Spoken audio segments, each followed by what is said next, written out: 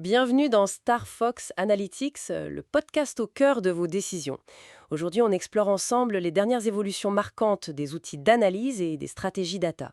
On va s'appuyer sur les publications récentes et bien sûr l'expertise de Star Fox Analytics. Le but, décrypter ce qui compte vraiment pour naviguer dans cet écosystème digital. Absolument. Et on va s'attaquer à du concret, hein. Les nouveautés de plateformes comme Google Analytics 4, BigQuery, et puis un sujet chaud, la confidentialité des données chez Google Ads. Parfait. Commençons par GA4. Il y a eu pas mal de mises à jour récemment, on dirait. Qu'est-ce qui change vraiment au quotidien pour un analyste? C'est vrai, ça bouge pas mal.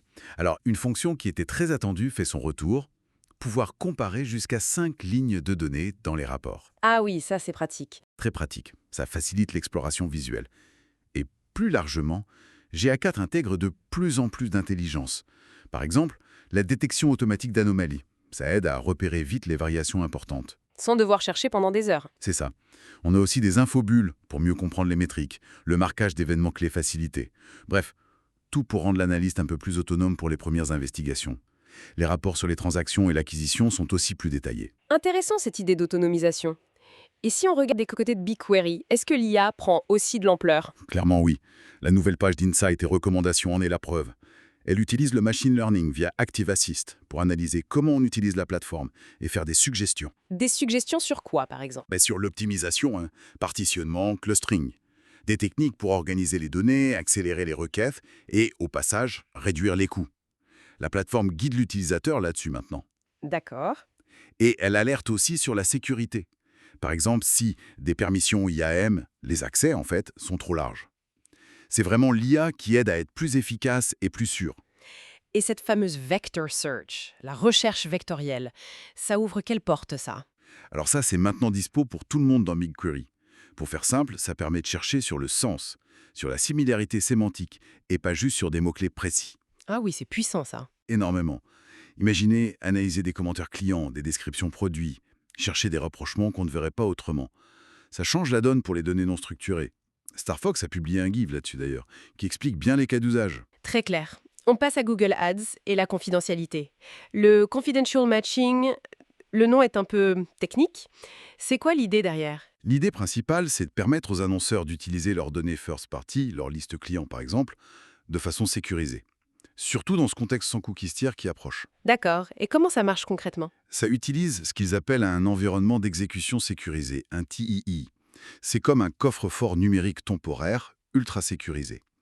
Les données de l'annonceur et celles de Google y sont comparées, mais sans que personne, même pas Google, ne puisse voir les infos personnelles en clair. Je vois. C'est une réponse technique pour continuer le ciblage, comme pour Customer Match, mais en protégeant la vie privée. Exactement.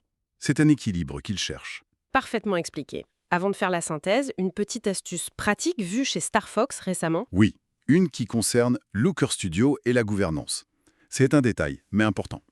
On ne peut transférer la propriété d'un tableau de bord qu'à une adresse email du même domaine. Ah, ça peut être problématique avec des agences externes? Tout à fait.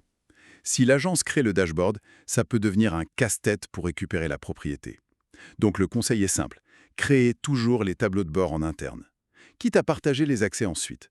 Ça permet de garder la main sur ces données. C'est noté. Un point essentiel de gouvernance.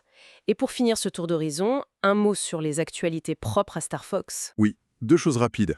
Le lancement officiel de Starfix, leur outil qui surveille le tracking et détecte les anomalies. C'est utile pour la fiabilité des données.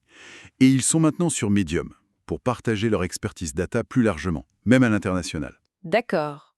Bon, si on essaye de synthétiser tout ça, quelles sont les grandes lignes de force qu'on voit émerger? Je dirais qu'il y a 3 tendances nettes. Premièrement, les outils comme GA4 deviennent plus simples à utiliser, plus intuitifs grâce à l'IA embarquée. Ça facilite l'analyse au quotidien. Oui, plus accessible. Deuxièmement, le machine learning s'intègre vraiment partout, notamment dans BigQuery, pour optimiser, mais aussi pour créer de nouvelles capacités, comme la recherche sémantique dont on parlait. Tout à fait. Et troisièmement, la confidentialité est vraiment au cœur des nouvelles solutions publicitaires. Le confidential matching en est un bon exemple.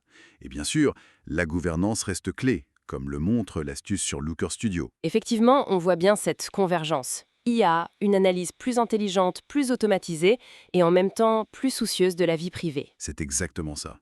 Et ça soulève une question intéressante pour l'avenir, non? Jusqu'où ira cette fusion entre l'IA et les technologies de protection de la vie privée dans nos outils de tous les jours?